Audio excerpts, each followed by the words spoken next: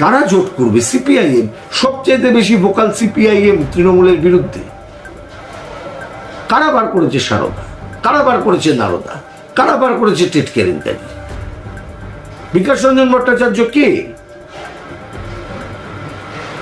যে আইনজীবীরা কলকাতা হাইকোর্টে প্রত্যেকদিন মামলা করেন, তাদের এই ধরনের মামলার সঙ্গে যুক্ত, তাদের বেশিরভাগ অংশ কারা? কারা লড়াই করছে, কারা ইনসাফ যাত্রা করছে? আজকে কি এই পরিস্থিতি তৈরি হয়েছে যে প্রশ্নটার উত্তর দেওয়ার কোনো প্রশ্ন থাকবে? নওশাদ সিদ্দিকী তার রাজনৈতিক দলের বক্তব্য তিনি রেখেছেন, যে বক্তব্য তিনি রাখতে পারেন। বামেরা তাদের বক্তব্য রাখছেন, রাখবেন। আসন সমঝোতা, জোট, এমনকি আপনি যে জোটের নাম বললেন, এই সব কিছু তো খুব পরিষ্কার করে বলা আছে। পশ্চিমবাংলায় তো ইন্ডিয়া জোট ওই রকমভাবে তৃণমূল কংগ্রেস সিপিআইএম জোট যেভাবে বিজেপির পক্ষ থেকে বলা হচ্ছে বা আইটি সেলের পক্ষ থেকে প্রচার করা হচ্ছে, এরকম তো কোনো প্রশ্ন বলা হয়নি। পশ্চিমবঙ্গে বারবার বলা হচ্ছে। সিপিআইএম এর প্রত্যেক নেতা বলেছে যে তৃণমূল কংগ্রেস বিজেপি উভয়কে পরাস্ত করতে হবে। পশ্চিমবাংলায় আর কি, মানে 21-এর শিক্ষাটাও যদি মানুষ যদি না পেয়ে থাকে, তাহলে তো খুব বিপজ্জনক।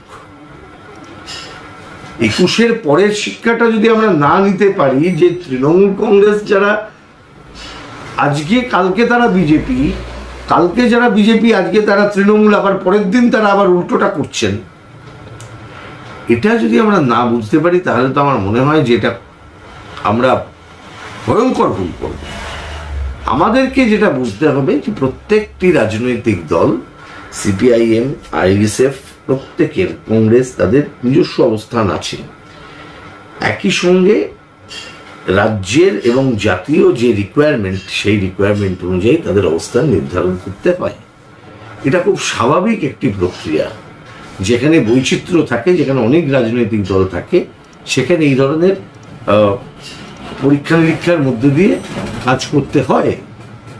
এটার সাথে কোনো রকমভাবে তৃণমূলের সাথে জোট করার কোনো সম্পর্ক নেই। আর কারা জোট করবে? সিপিআইএম সবচেয়ে বেশি ভোকাল, সিপিআইএম তৃণমূলের বিরুদ্ধে।